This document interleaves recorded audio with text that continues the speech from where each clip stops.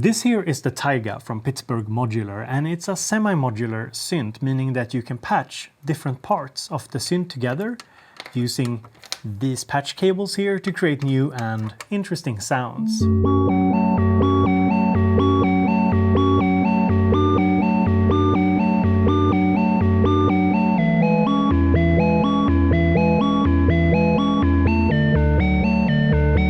Pittsburgh Modular sent me the TAIGA so I could test it out, and I'm glad that they did, because the TAIGA could be one of the most interesting options right now if you're looking for a semi-modular synth with a lot of sound design potential.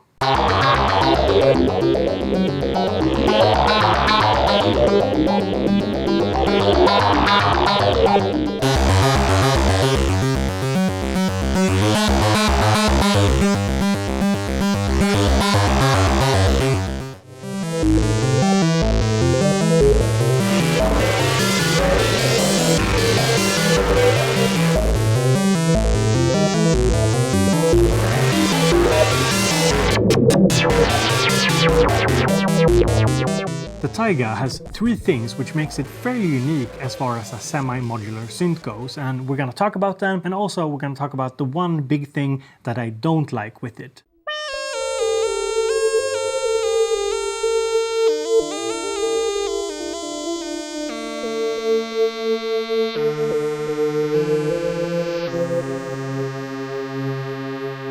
The first unique thing with the TAIGA is the oscillator section. So it's a 3 oscillator analog synth, but it also has 3 wave folders. Secondly, the filter section here is very flexible and offers multiple different filter types, which is unusual on a semi-modular synth.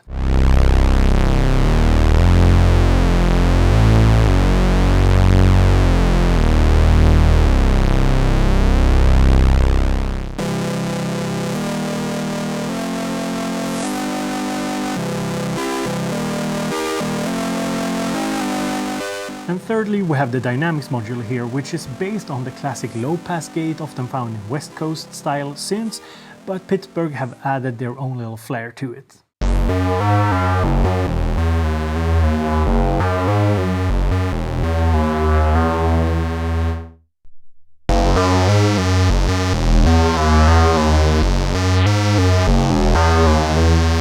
And if you don't understand exactly what I just said, don't worry, I'll take you through this synth and explain things as we go, so don't worry if you're not a modular expert. And talking about being an expert, you don't have to be an expert at anything to use today's sponsor, DistroKid. All you need to do is make music and you want to release it to the world. DistroKid is a service that I myself use and that you can use to upload your songs to Spotify, Apple Music, Tidal and other music stores.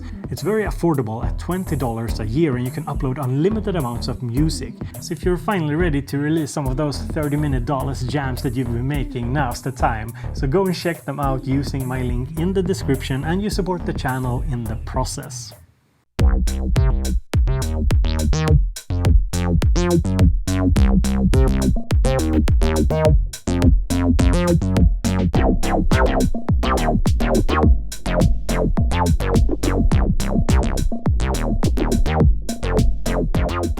So the TAIGA's oscillator section is fairly unique, and that is because it sports 3 oscillators, whereas most semi-modulars only have 1 or maybe 2 oscillators. So this here is the TAIGA's oscillator section, and we have pitch control, we have frequency modulation, we have wave folders, so 3 wave folders, 1 for each oscillator, and we have the control for the wave folder here. So it's normal to the LFO, but you can also patch something in here to control the wave folder. Now in terms of waveforms, there are 8 plus 1 random, which cycles through the different waveforms, and we have your usual suspects, the sine wave, triangle,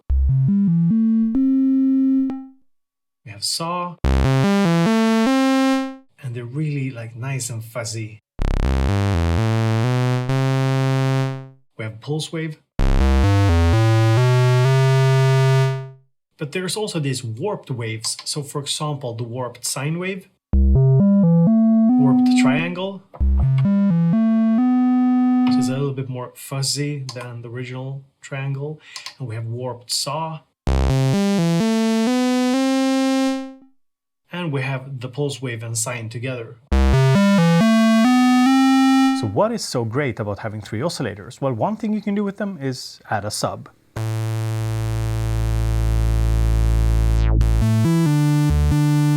And we can add a second oscillator slightly detuned. And we get this kind of big sounding synth sound.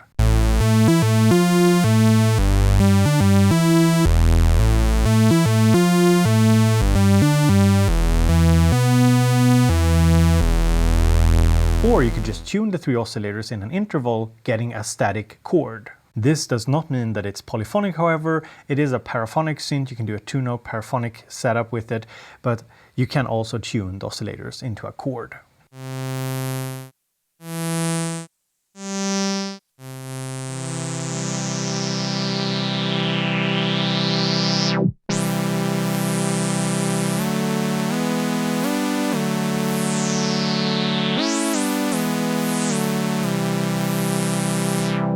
And with a bit of frequency modulation.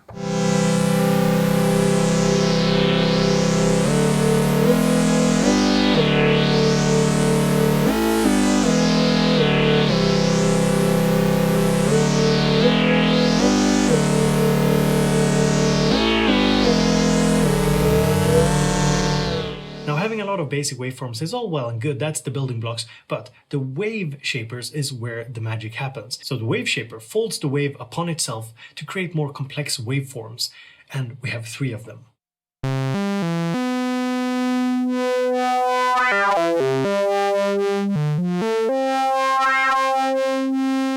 So by bringing in the other oscillators and modulating the wave folder, we can create some pretty complex sounds.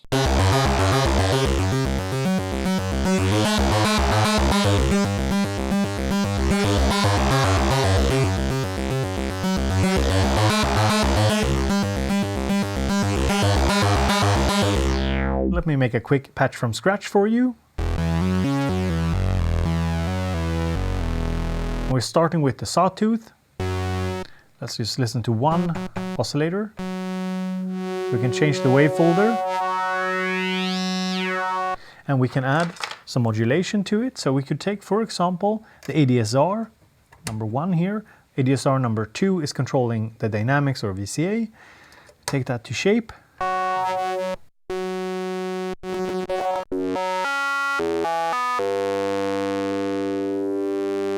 Add in oscillator number 2. And I want to make sure that it feels a bit detuned.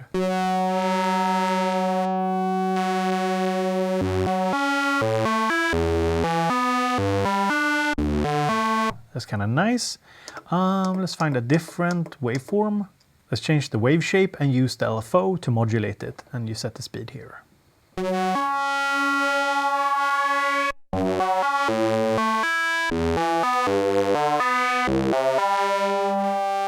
Let's bring in the third oscillator, and this time it's set to being a sub.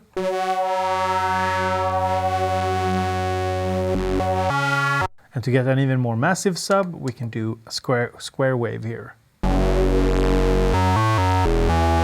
Or pulse wave, whatever you want to call it. Next up, I'm going to take the CC mod output, which is set to sending random voltages into the shape of oscillator number 3, and we're controlling it using the shape CV knob here. And then we're going to find a nice filter.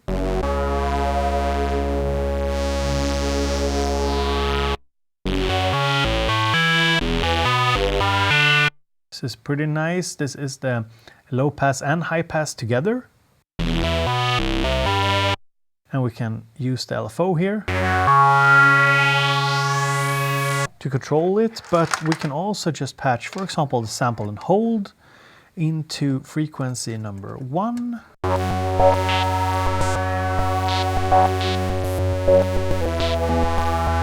And we can send the triangle LFO to the second frequency modulation input here for the filter. So that's this knob here. It goes both positive and negative. So we've got some double modulation here of the filter. So let's decrease the modulation of the filter so we can actually play the sound.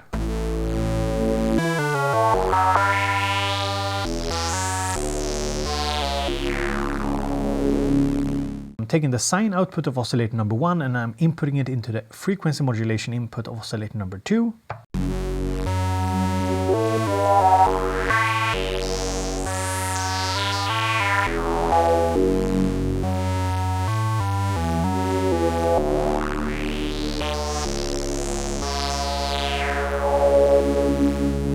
So I think that sounds pretty cool. Now what we can also do is we can look here at the patch bay, and you can see here that there are outputs for the oscillators, but there's also sine outputs, so clean outputs of sine wave. So this is very useful, and if we connect something here from, say, oscillator 1 sine output into the sync input of oscillator number 2, we have now hard synced oscillator number 1 to oscillator number 2, or maybe the other way around, and we can take the ADSR output over here, so ADSR number 1 here, and we can put it to pitch.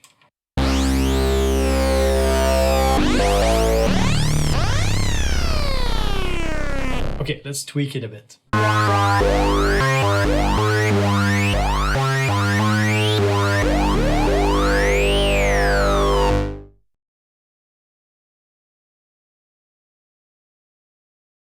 By hitting edit and seed, you can turn off and on MIDI control. And the first thing to note is that the pitch range is different depending on if MIDI control is on or off. So if MIDI control is on, we have fine tuning for the first oscillator, but for the second and third, it's 1 octave and about 2 octaves of range when MIDI control is turned on. But if we turn MIDI control off, we get the full range, meaning that we can turn off MIDI control for oscillator number 2 here. And we can take the output of oscillator number 2 found down here, and we can plug that into, say, the shape input of oscillator number 1, and we can use oscillator number 2 as an LFO. But because the waveforms that are available can be quite complex and also modulated, it can create some really interesting and varied modulations.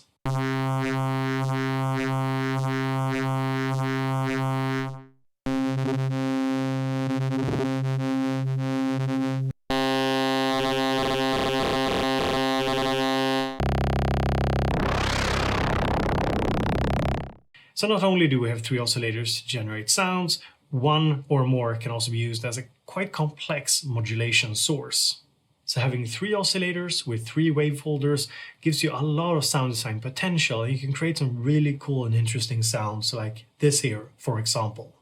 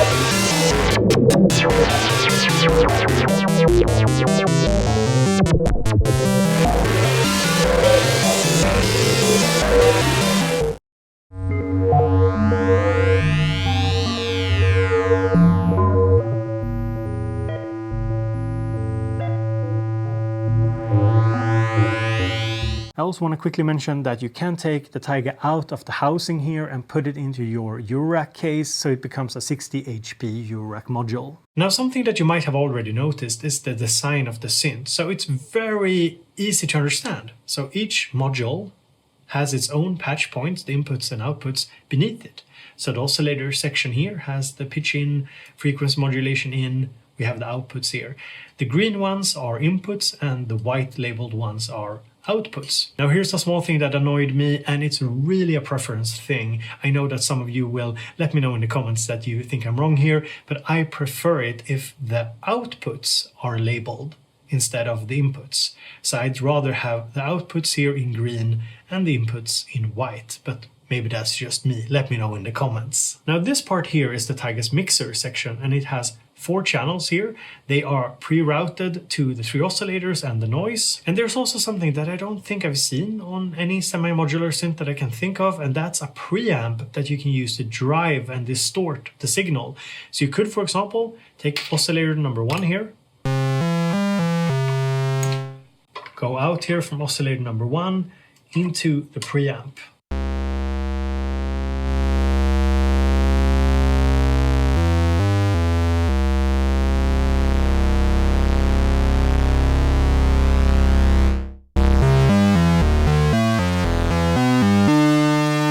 Just beef it up a bit. You could also take the mix output of the mixer section, plug it into the preamp, and then we could go out of the preamp into the filter.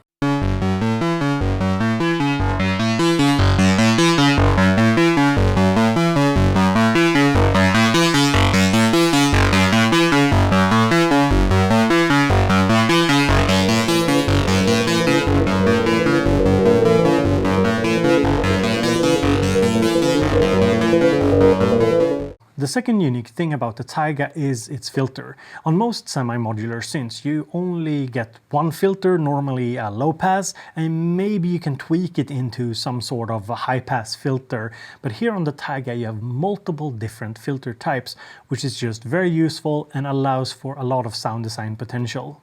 The filter on the TAIGA is special because it's a state variable filter. And if you've played around with the East Beast, for example, you'll recognize it.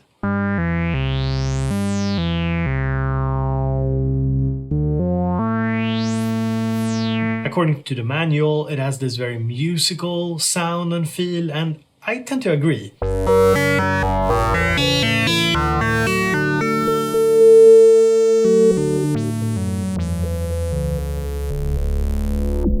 And that's because you can push the resonance very hard without it self-oscillating.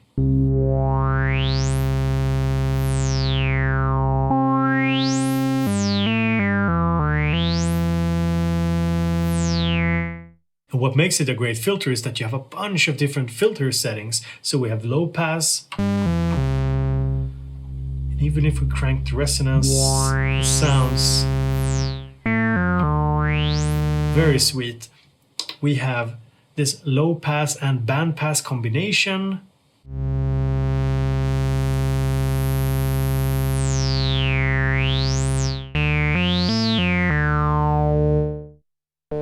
Or just band pass.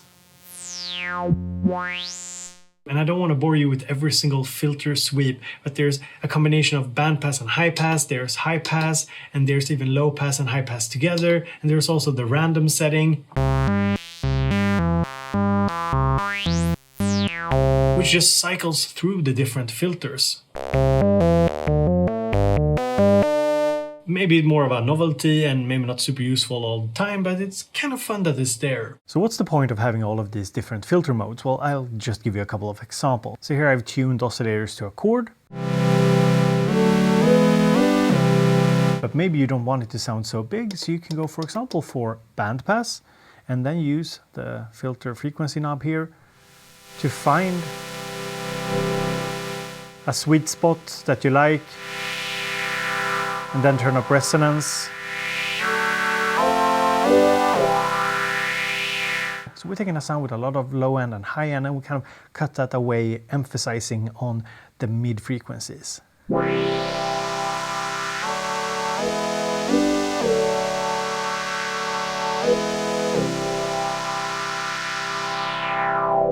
Then we have high pass, which of course cuts the lower frequencies. So if we have a bassy sound like this and we go for high pass, we can use the filter to either just cut the bass or emphasize the bass using resonance.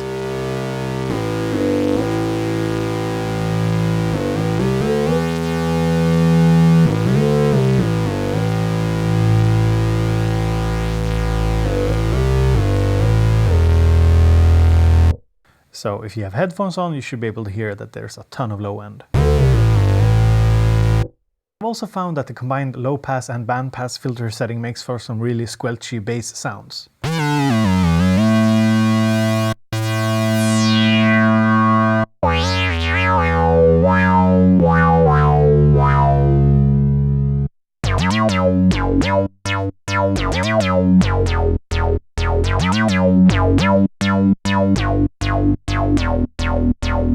And if we bring in the dynamics module,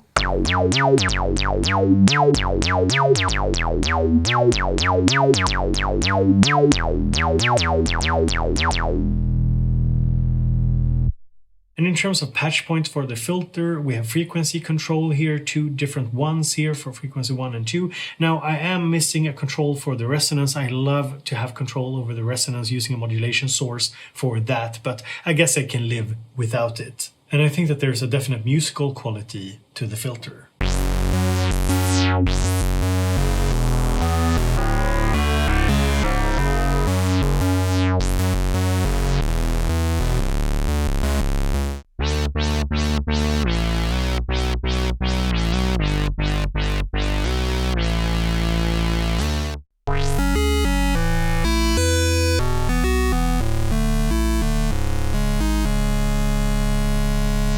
Next up, I have to talk about something I don't like with the TAIGA. It's my least favorite thing, and that is the delay section, and frankly, I am not a big fan of it. It's an analog delay based on the BBD chip, and the sound of these delays, the Bucket Brigade delays, are, well, it's kind of an acquired taste. Some people really like them, and it doesn't really work for me personally.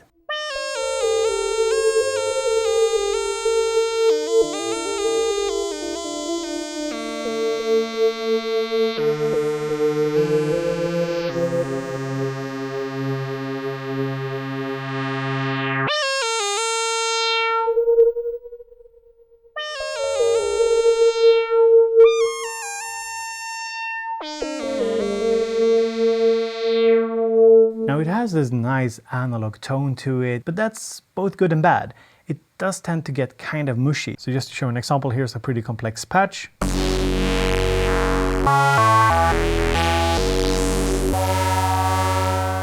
And now if I add the delay,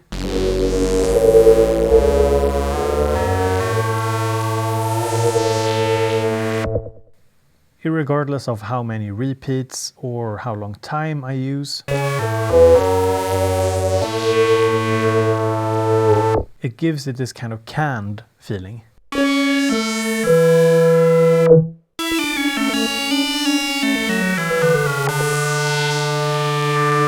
But I've found that setting the unit to, say, a sine, using the high pass, and just sending maybe 1 or 2 oscillators into it, pretty long delay time, not so much regen or repeats, and then pretty heavy on the mix, can sound pretty nice.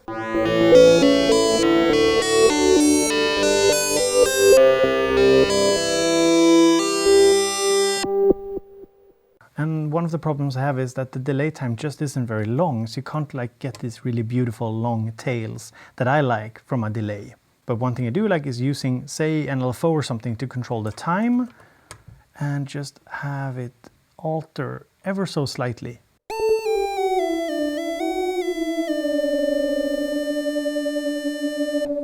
And just gives it a little bit of an interesting pitch variation because we are modulating the time of the delay. So I kind of like that.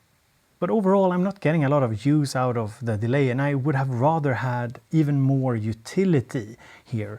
And I think one reason why I'm not using it as much is also because it's a mono delay, and mono delays, well, I don't know, they feel kind of limited. Maybe I'm wrong on this, maybe you have a different opinion. Let me know in the comments.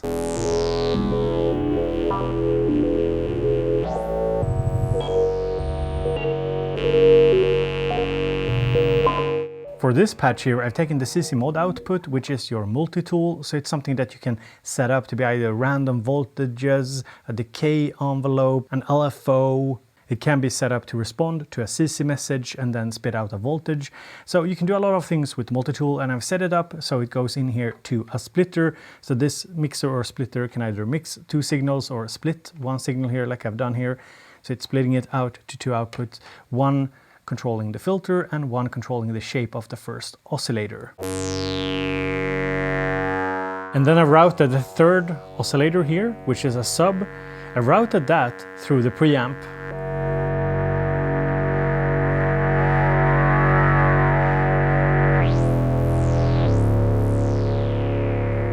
So it gets really dirty. And then I'm using sample and hold to modulate the time of the delay to give us this kind of rhythmic feel to the delay.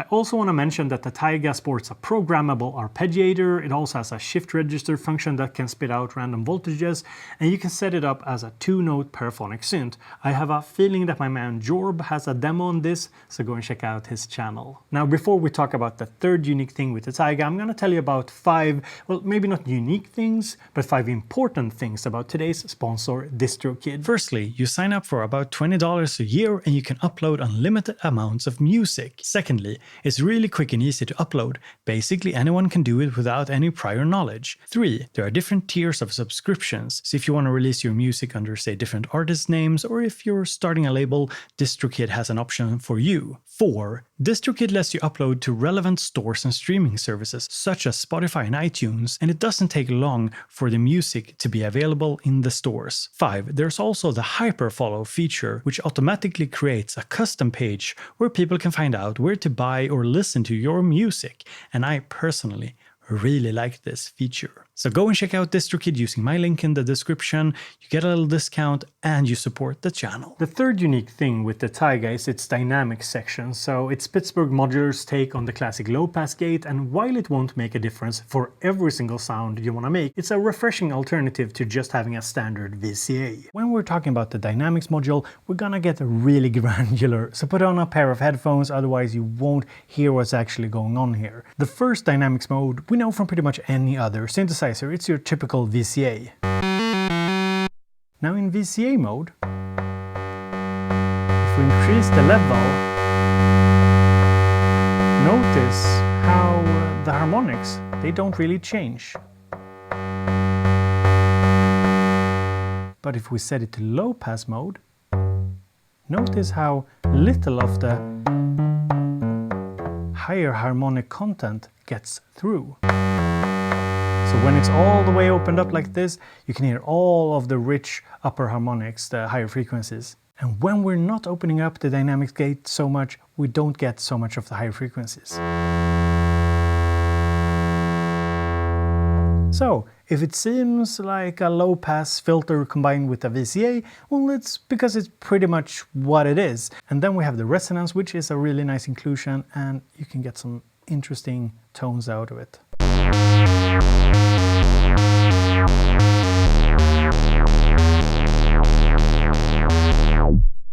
And when you combine it with filter, you get even more sound shaping possibilities.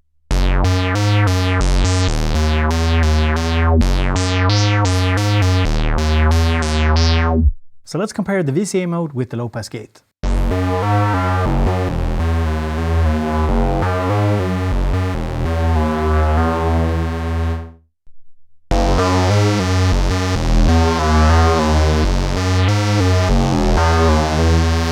So now we've come to the third mode, which is a dynamics pluck response. Now to show you this, I'm just going to play a few notes. And you notice how extremely sharp the attack is. That's the pluck. So dynamics CV is all to the left, and now we can blend in whatever we have controlling the dynamics. So at the moment it's the ADSR.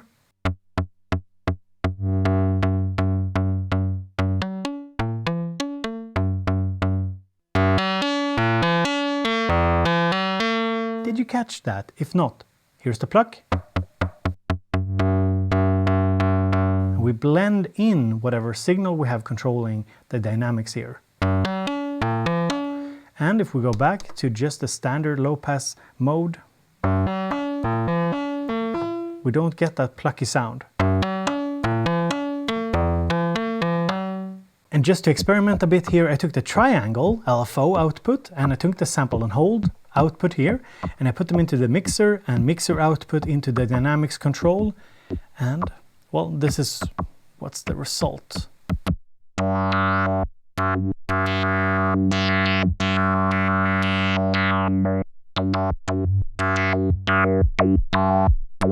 And we can blend in some echo.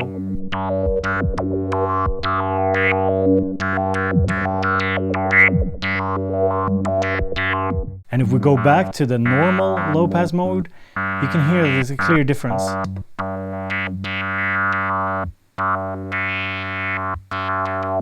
You don't get the snappy attack.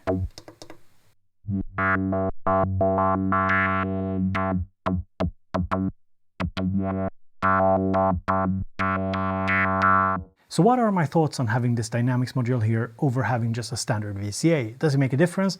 Yeah, it obviously makes a huge difference, but of course for many kinds of sounds it's not really that useful, or it doesn't add much, and sometimes, to be totally honest, it feels like a glorified additional filter. But for some sounds, especially more percussive sounds, it can be quite useful. So what's the verdict? Do I like the TAIGA? The answer is yes. Is it worth getting? Absolutely, there's no question about it. It's fairly unique, it's very beginner friendly, and where a lot of semi-modular synths get boring over time because they can't produce a wide range of sound, I think that the TAIGA is very versatile for sound design thanks to having 3 oscillators and a flexible filter section. A potential negative that some of you won't like is the number of shift commands that are needed to access certain things hidden here beneath the menu system of the unit, and for some people that's annoying. It's hard to remember these commands, and it's hard to remember what you've set the unit up to do. However, that's not uncommon in semi-modular land, with the Moog Mother 32 being a really frustrating synth to program. Another thing that's a negative for me personally is the lack of CV control for the resonance. I miss this. Maybe you don't care, but I personally love having CV control for the resonance. And as I previously stated, I'm not a big fan of the echo. Frankly, I don't really like it. Yes, it's analog, yes, it can sound nice, but I just find it too limited, and it doesn't really fit well with the overall sound and design of the unit. It often just makes everything sound mushy, and when you have 3 oscillators and you're running 3 oscillators into this echo, yeah, it just doesn't sound great all the time. So there are some sweet spots, but yeah, it's a big negative for me. All of this being said, I do highly recommend the TAIGA for anyone wanting to dip their toe into the world of modular. To me, the TAIGA feels like an excellent semi-modular starter synth that will last you a very long time. Thank you so much for watching.